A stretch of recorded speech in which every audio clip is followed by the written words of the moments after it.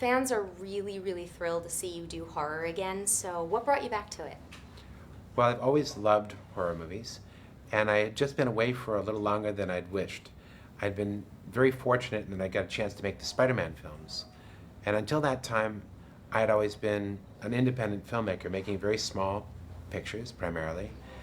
And once I had a chance to work on a very large scale, big canvas with all the finest technicians in Hollywood, um, I really enjoyed it. I enjoyed all the tools at my disposal, working with the greatest digital artists in the world. And when I needed music, I could bring forth an entire orchestra, 120 pieces. But after the third Spider-Man film, I felt that I needed to get back to a much more intimate type of filmmaking and something that where I really had complete creative control. That was most important to me. And a real one-on-one with the technicians that I work with, because making a big Spider-Man film, which is what I'd been making, is like conducting a big symphony orchestra, and it's wonderful, the finest orchestra in the world. But making a small picture like Drag Me to Hell is like um, playing in a four-piece jazz quartet. It's just living in the music versus working with the finest musicians from a little further distance. So, the name, obviously incredibly descriptive and really, really cool. So, how did you come up with that and the storyline? And it's a really great story. Thank you. My brother Ivan and I wrote a short story first, like a 30-page story, and we decided recently to turn it into a full-fledged screenplay. So it really started just as a piece of unpublished story, just meant to read. Well, you've been getting incredible critic praise for this. So, what do you think it is about the film that is really touching a nerve with people? Well, we've really been fortunate with the positive reviews so far, and I think it's because the movie doesn't take itself too seriously. It's really trying to be a fun blast of a horror picture. So if you really want to go see a movie that has a lot of jumps and a lot of like really intense suspense, but also is fun to watch, this is the one. And I think people appreciate the not the heavy nature of the thing. A lighter, funner experience. So, you're really known for the humor in horror. So, how do you balance that? How do you balance something that's both funny and really scary? Well, I always see horror as something that I'm so afraid of it makes me giggle. So they're kind of related for me.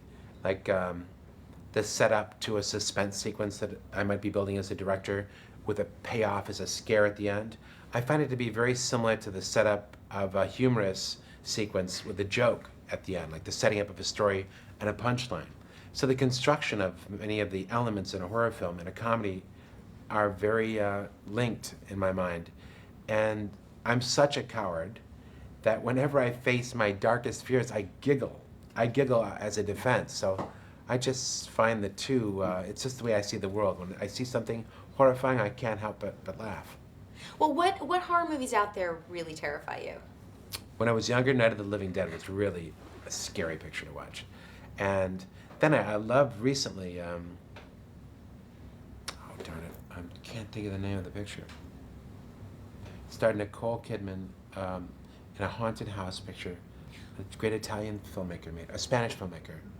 The others? Yeah, The Yes. Others. Yeah, thank you. The Others is another picture that I liked. I thought that was really scary. Great acting, great directing. Well, so talk about casting Allison and Justin, and especially Lorna. Well, Justin is great to work with. I needed somebody who the audience would really respect, somebody they would think was a worthy love interest for Alison Lohman's character to be doing all these terrible things in order to win his love. And he's got a great sense of humor, which makes him very endearing. And he's great to work with because he's able to come into the scene, completely believably inhabit his character, and yet he's got a sense of humor about the situation, the scene, from the character's point of view. Not from Justin Long's point of view, but literally from the character's point of view. He can see things that are absurd, and as the character in the scene, convey their absurd nature, and it's really funny. So he's great to work with. Alison Lohman was really lucky that I got Alison because at the time, the actress that we had, it couldn't work out for her, so Alison stepped into the lead at the last minute. And I didn't really know Alison, except I loved her in her previous films I had seen. and she's so right for the part. Now I can't imagine with anybody else. She's a real gung-ho actress. She let me put her through a tremendous amount of trials for this film, Drag Me to Hell. She's attacked by a corpse. She's beaten up in this automobile scene. We shot that over the course of a week. Her hair is repeatedly yanked out of her head. I buried her in about 800 pounds of mud. I mean, it just kept going on and on, the things that we would do to her. And she kept saying, how can I make it better? You ready for another take, Sam? And I think, this girl is a trooper.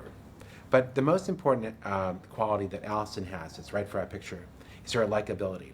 She's really a very positive person with a real personality that seems like she's a good human being. And I think because she is a good human being, she can convey that on film. It's very hard to lie to the audience and say, this very bad person in real life is actually a good person. They can see the character's eyes. They know, looking closely, whether this is a good person or not, I believe. So Alison really is a good person, and I needed to convey that in the film, and so that helped a lot. And what the? The place is haunted. Okay.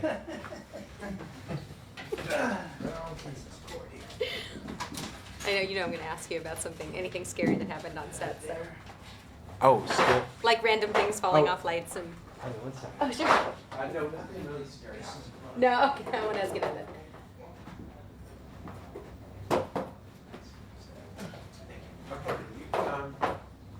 Yeah, nothing really scary happened. Okay, I won't ask you scary I've heard of questions. cursed sets, but no, nothing. This set was a really. You guys ready? Sorry. So it was fun. Oh, and by the way, Legend of the Seeker, Oh yeah. love it.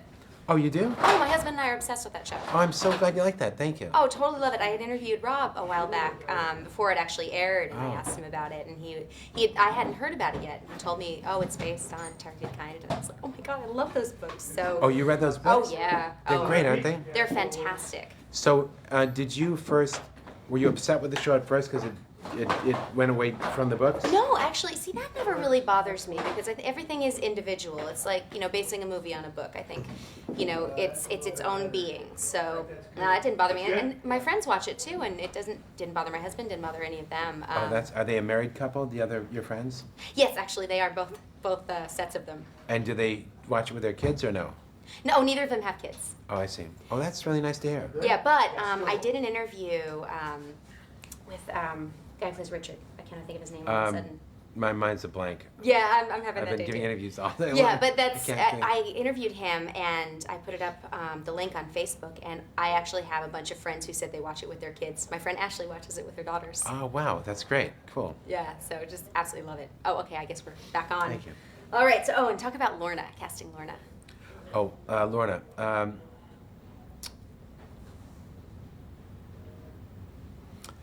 Well, I needed an actress who could look a little older, because the character's age is supposedly about 60 or 70, but I really needed somebody in their 40s or 50s who had the strength to pull off this tremendous amount of demands that this role asked for. I mean, there's big fight scenes, and there's a battle in the automobile that I took about a week to shoot, and she's constantly in fighting situations. It's really a young girl's part, but I needed an older woman, and Lorna happened to be this great New York actress who I met out here in Los Angeles, and we really hit it off very well, and she would stay up night after night till 5 in the morning going through these battle scenes, and this is after enduring about 4 hours of makeup every morning, wearing this contact lens for her eye to make it seem white and glazed over. So she did all these scenes like half blind, and she was just a wonder to work with. The greatest thing about Lorna is she really got me to be sympathetic for her character in a scene where Alison Lohman first denies her the bank loan. Yeah, she's a really sympathetic character, and she's already been called, and I've read this more than once, one of the classic characters in horror films. Oh, that's so nice. So- I saw that too. That was a very nice comment. So what is it about that character that you think really grabs people? I think people understand her as the monster. She's a woman that is a victim of the banking system, and I think a lot of people nowadays can understand that. She's somebody that needed some help, and because of someone else who made a choice out of greed, Lorna's character suffers. Only in this case, Lorna's character, unlike the rest of us, gets some vengeance. A little too much, but she gets her vengeance. Well, the scene in the car is amazing, and staplers and biting faces, and so talk about coming up with the shots for that scene. Well, the scene in the car was a very long sequence to shoot. It took about 7 days of principal photography and then about 6 more days in a studio to pick up all the inserts. It was made up of hundreds of shots, and a lot of it has to do with makeup effects, shooting around and in support of the makeup effects, such as the Lorna's dentures and her artificial teeth that she'd put in, and the fact that we had to have stunt ladies drive the cars in these crashes. So there's a lot of switching out of stunt people for our characters, or dummies, when the characters couldn't perform all the pieces necessary. So it's really made up of a lot of different trades in the movie: makeup effects, stunts, camera tricks, mechanical effects. Mechanical effects, I say, because we had to shoot so many angles in the car. We had to have our mechanical effects team make us a puzzle car, a car that we could pull apart. At any particular time, we could lose the passenger side, or the whole rear half of the car, the front half of the car, or the driver's side of the car, and get the camera and the lights in that missing side. So it was a real complex and long process to put that sequence together. 2 more questions. Was there ever talk of a Bruce Campbell cameo? Yes, we tried to come up with a cameo for Bruce, but Bruce Campbell was working on Burn Notice, and that show is so popular now they couldn't let him go long enough to do a cameo for us. Okay, and then since you've gotten such a good reaction to this, more horror coming from you? Well, right now I'm working on finishing this movie. I've still got the DVD mix to do and all the colors for the DVD release. But after this film, I'm hoping to jump into the next in the Spider-Man series. Well, we hope you do more horror. Thank you.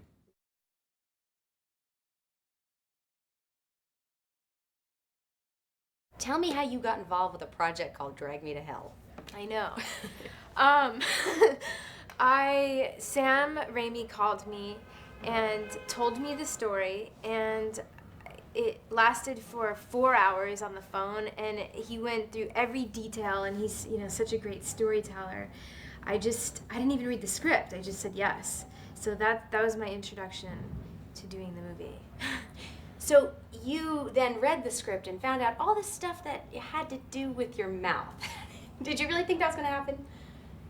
I didn't know. I would go over some points with Sam, like, is Mrs. Ganesh really going to be slobbering on my, or I don't know how he explained it, but it was like, suckling on my chin. I mean, I couldn't picture that. So, and he would say, yes, we'll see, or, in his mischievous way.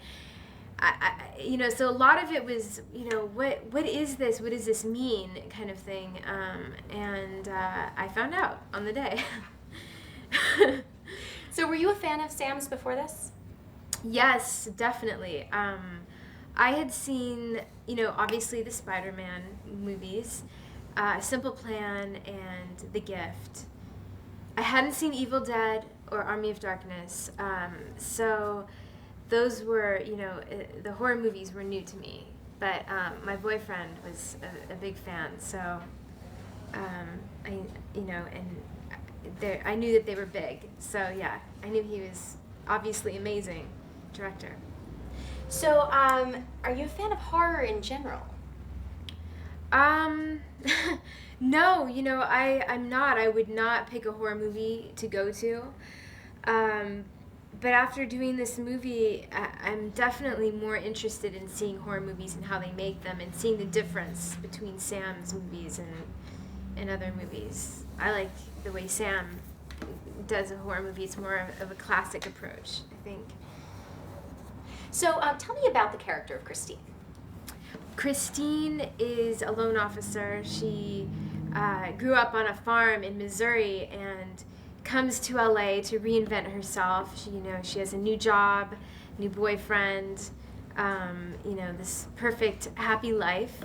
And one day is at work, and she meets this woman who wants an extension on her loan. And I'm forced, to get ahead and to get a promotion. My boss says that I should deny her the extension, and I do. And that's the one big mistake that Christine makes. So there's this curse that is put on her, and if she doesn't get it lifted in 3 days, she will be dragged to hell. So that is the story of how it goes for Christine. So you have a pretty interesting car scene that's probably going to keep people from going into parking garages for a while. So talk about filming that scene and working with Lorna. That was a wild, crazy scene. It lasted for about 2 weeks, and it just kept continuing. I just remember, it's either me, stapling her eyes shut with a stapler gun, her strangling me. It's just one thing after another, and it was very intense and very hard to keep that energy up. I remember, but I think it looks great. I saw the movie recently, and I'm really happy with what Sam did with it. It was wild. Oh, so tell me about working with Lorna, because she is seriously scary on camera. What's she like not on camera? She's not scary. Obviously, she's a real person, and she's just a great actress. She's unbelievable. She really, it's and she also makes the character complex. She has that kind of demon monster like part of the Mrs. Ganesh, and then you sympathize with her. So you see, what this woman has gone through, and you get to know a little bit of her background and her history. So the dynamicness of that, it makes for a really, compassionate and compelling character. Yeah, she's got some pretty scary makeup though. Yes, and the seriously. makeup is, it all helped. So without giving stuff away, you've got a pretty messy scene toward the end of the film, the grave scene. Yes. So talk about filming that. That scene was probably the hardest scene in the graveyard, digging up the grave of Mrs. Ganesh, because it lasted for 2 weeks, and I was wet the entire time, and in mud. And, it was just, okay, now what do we do? And instead of, just a simple scene, it would be me, screaming, at this woman to take back this button. And, oh, God, and just being rained on for 2 weeks. It was wild. So did you do all your own stunts?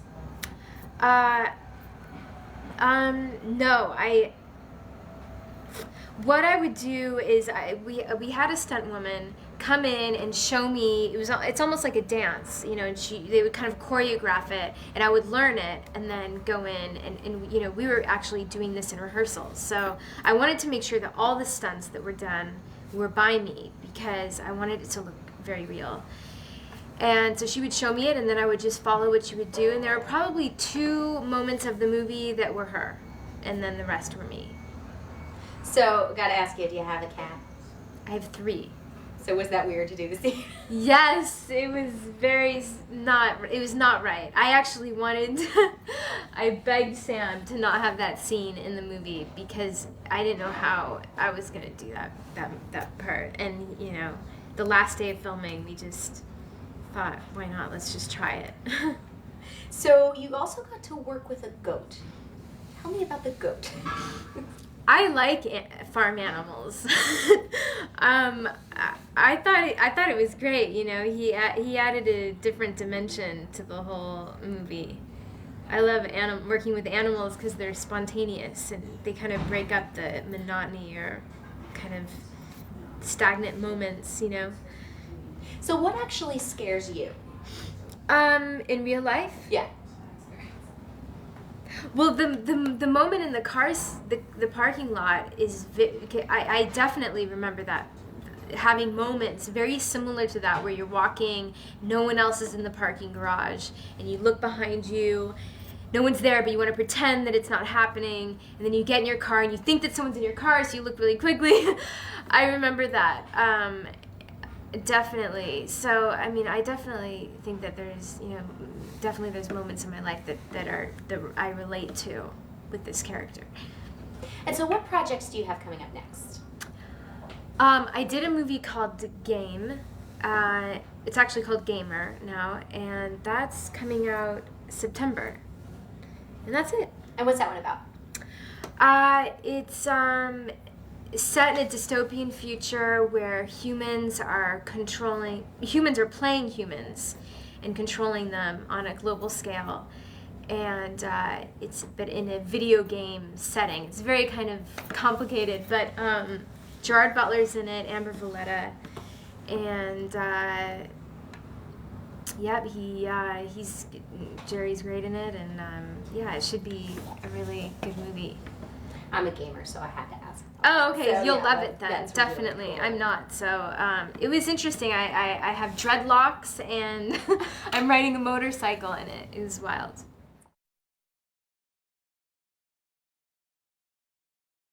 So how did you get involved in this project? I was, I just got a call. I mean, not an interesting story, so why don't I stretch this one out? I just got a call and said, my agent said Sam Raimi was interested in speaking to me and sitting down, and I thought they were joking, so I hung up, and they kept calling back and back. Finally, they convinced me that they were being serious, and because I'm the biggest fan. I grew up watching his movies, and I so admire his work, and so I met with Sam, and I just said, I said I'll do anything in your movie, and I would be in it if Sam directed a snuff film. I would be in it. I'm not saying he's planning on it, but if he did, I would be all into it. So are you a horror fan in general? Yeah, I would say, I like going to a good horror movie. I think Sam's in particular because it's such a great blend of horror and comedy. He's always keeping you off guard, and there are very few people who do that. No one who does it as effectively, I don't think. But yeah, I grew up. From when I was growing up, horror movies were very taboo. My parents were. They weren't like conservative politically, but just in terms of like what they exposed us to, in terms of movies and books and stuff. They kind of sheltered us from a lot of like kind of more like the R-rated. They weren't into R-rated movies. So for me, there was this great like. But then of course, when you're a kid and you can't have something, you wanted more. And so as a kid, I was like obsessed with horror movies, and I would have to sneak it or go to a friend's house or just the covers of them. I remember. And getting weirdly like turned on because there's this great mix of like sexuality in a lot of them. There's this great like there's always like a scantily clad woman like in this horrific situation, but it was still so it was confusing for me. I was like, wait a minute, that's very attractive, but yet that's frightening. I'm confused. So they kind of messed me up a little bit. But I love horror movies. Do you have a favorite? In terms of like what scares me and what I actually find. It's usually the more disturbing movies, the movies that like are a lot more psychological. Like Invasion of the Body Snatchers, the Donald Sutherland version, has always been. That's always gone. That stayed with me. Rosemary's Baby and either the original Texas Chainsaw Massacre. And by the way, I like the remakes too. I know people get down on all these remakes, but I think a lot of them have been done really well. I love Nightmare on Elm Street. I grew up. Watching as many as I could, but I would say in terms of actually like terrifying, and The Grudge I found very. I like movies that are just the horror movies that are just disturbing. When the whole slasher genre I think are fun to go. It's fun, and you end up kind of rooting more for the killer than you do for any of the characters. And that's what was nice about this is that that was very important to Sam and important for us to help him realize that was that he it's vital to really care about the characters. I think in terms of the horror too. I think it raises the stakes when these horrific things start happening. If it's happening to somebody you don't really give a shit about, like it loses all of its power. But Alison has created such a sympathetic, like beautiful, deep character. Especially, it's rare for a horror movie. So I'm very proud of her that she was able to realize that. And I'm just rambling now, aren't I? I'm answering my own questions. Let's talk about the meaning of life for a second. Can we get a close-up here? I don't know. Sorry. So were you jealous that Alison got to do stuff like swimming in a wet, muddy grave and getting her face stuffed on by a gypsy? I know it sounds strange to say, the fact that she got vomited on by maggots and got to get sucked on by a gypsy. That sounds weird, but I was. At the time I wasn't. At the time I was like, sorry, dude. I'll be in my trailer. Have fun. And in fact, I had so much time off doing this movie that I was able to shoot a little part in another movie during this time. But now, of course, looking back, I'm very jealous. I wish I got to be sucked on by a gypsy and thrown up on. Because that's the fun stuff. I'm the guy who comes in. I'm like, baby, it's gonna be okay. I'm gonna be in the other room. If anything happens, just let me know. And then I leave, and all the awesome Sam Raimi stuff happens. And then I run back in at the very end. I'm like, what happened? Are you okay? It's okay. I'm here now. So that was my function in the movie. And by the way, so happy to do it. As I said to Sam, I would do anything in your movie, and he gave me more than I thought he would. So I was just happy to. I'm so honored to be a part of this movie. I think it's a work of art. I'm honored to be a part of his horror canon too. Well, so it's also sort of a cautionary tale in terms of the banking industry. Yeah, it's funny. This has been coming up, and rightly so, because it's it's obviously very timely. But I have to say, and I don't want to speak for Sam, but this was written years ago, and I don't think he had the intention of making any sort of lofty statement about the financial crisis and specifically the banking industry. But who knows what has happened to him? Who knows what led him to create this story? So I think clearly Sam was denied a loan or two back in the day. I think he's fine now. I'm sure he'll be fine now. Well, every film, any sort of horror film, has some kind of weird on-set story. Did anything weird happen on set?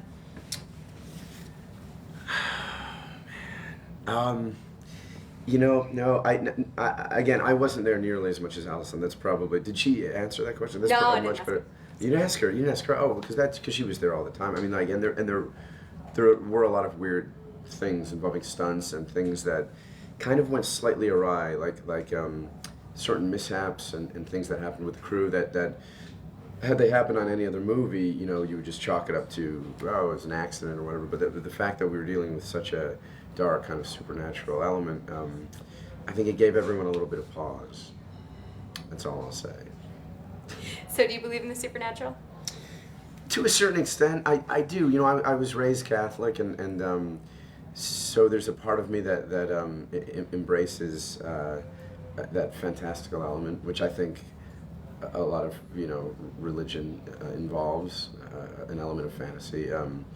And I've invested in it during my formative years, so it's hard for me to not believe in some form of the supernatural. And I've had, without getting into it, it's gonna sound weird, but I've had experiences that that's all I can say. What a weird, cryptic, bizarro answer.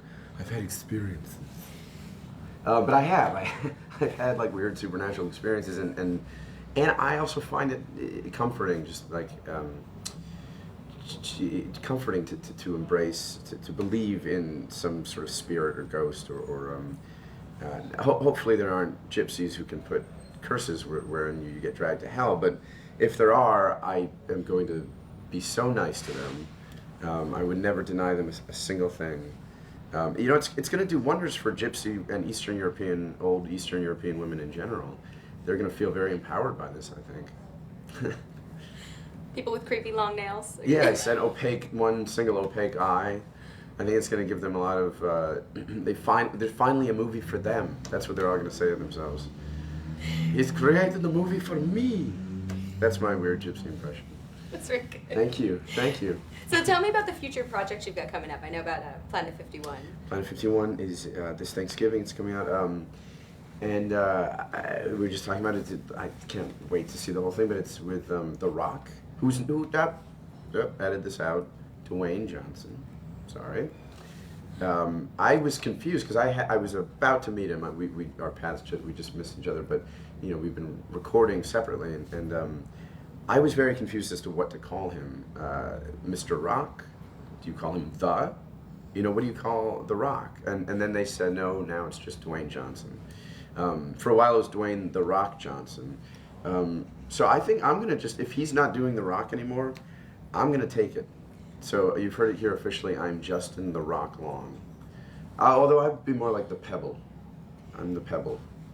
But I need a nickname like that. I think that would serve me well. So there's that. Sorry to get off on a tangent about Dwayne Johnson. But there's that, and there's I did, while I was shooting this, I shot a little part in Miguel Arteta's movie Youth in Revolt, which I saw recently, and it's I can't wait for people to see it, with Michael Cera, who is a genius, Afterlife, a movie called Afterlife that I did after this, where I kind of go through more of the horror element with Liam Neeson and Christina Ricci, and I'm doing a movie this summer called Going the Distance, which I start in a couple months. It's a romantic comedy, two people in a long distance relationship. I'm boring myself. You know, I'm speaking so fast because I just am literally boring myself. I'm sorry. Please ask me another question because I promise you I'll be more succinct. I'll be so profound and funny and interesting all in the same breath. They just wrapped me Oh, up. no, we got one No, more. you- Please, I have to redeem myself. This is devastating. No, I'm laughing. I just can't make noise because you're talking and it's generic. and I'm in this, and what else do I have coming out? I mean, who gives a shit? Sorry. People want to know that. Nah, they can look on IMDb. No, They don't want the to always waste your accurate interview. IMDb. Well, one more, I'm sorry. Do I have one more on here? Probably not. I think that was good. There's I not think a it lot. actually, like, I mean, all right, did you like The Goat? The Goat, it's funny that you bring up The Goat. I did a movie called Waiting where there's a move called The Goat, which whoever's watching and has seen Waiting knows what I'm talking about. I'm not going to explain it to you because it's frankly filthy. You've seen it, clearly. So when I hear The Goat, it conjures up images of a different nature. And so when you ask me did I enjoy The Goat, I'm sorry, it's making me laugh a little bit. The Goat in the movie, in Drag Me to Hell, not in the movie Waiting. That I did enjoy, the goat, that goat, whoever is keeping score. I wasn't around the goat, but I like goats in general, and I have to fill you in on a little secret. I'm obsessed with YouTube, and if there are other goat fans out there, you have to go to YouTube and type in goat yelling like man. It'll make you, I promise you, it'll be worth it. It's 20 seconds of your life. And it's endlessly entertaining. I put it on a loop the other day at work. I was working with this crew of guys who were like, YouTube, whatever, like there's nothing fun. And it's a goat, it's real footage of a goat tied up in like this weird fjord, and it's making the noise of a man. I'm not kidding, and it's yelling the word mom. Do yourself a favor, if I said anything in this interview worth even recording or putting anywhere, please go home, forget Drag Me to Hell. You can see that. I want you to see it because it's good, but more importantly than Drag Me to Hell, go YouTube Goat Yelling Like Man, and thank me if you ever meet me out there. You will thank me. It's great.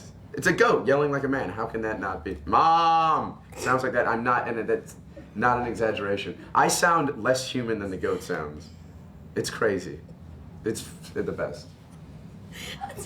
It's so amazing. I can't wait for you to see it. I'm totally Googling that It's the as soon as best. I get home. Mom! It's amazing.